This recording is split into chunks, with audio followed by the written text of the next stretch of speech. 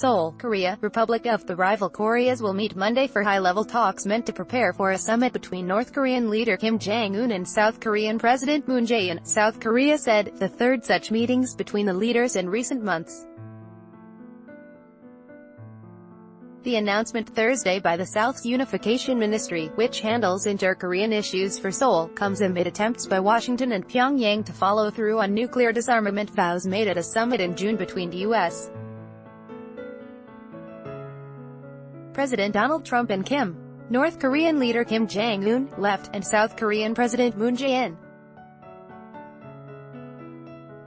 The rival Koreas may try to seek a breakthrough amid what experts see as little progress on nuclear disarmaments between Pyongyang and Washington. NER photo via Getty Images. Pyongyang has also stepped up its calls for a formal end to the Korean War, which some analysts believe is meant to be the first step in the North's effort to eventually see all 28,500 U.S.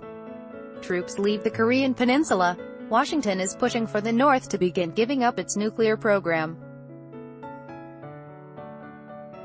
A South Korean official at the Unification Ministry, who spoke on condition of anonymity because of office rules, said the two Koreas will also discuss ways to push through tension-reducing agreements made during an earlier summit between Kim and South Korean President Moon. Among the agreements was holding another inter-Korean summit in the fall in Pyongyang. The rival Koreas may try to seek a breakthrough amid what experts see as little progress on nuclear disarmaments between Pyongyang and Washington despite the Singapore summit in June and U.S. Secretary of State Mike Pompeo's several visits to North Korea. Article continued below. Pyongyang insisted that the U.S. should reciprocate to the North's suspension of missile launches and nuclear tests and other goodwill gestures such as the return of remains of American troops killed in the Korean War. The United States has dismissed calls to ease sanctions until the North delivers on its commitments to fully denuclearize. Read more.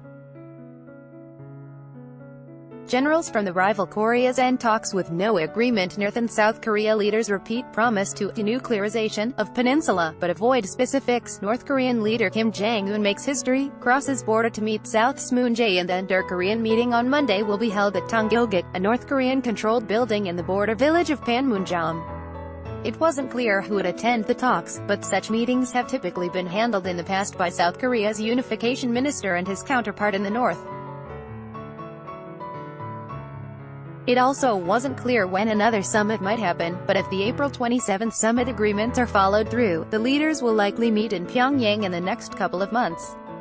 In the meantime, both Koreas are seeking an early end of the Korean War.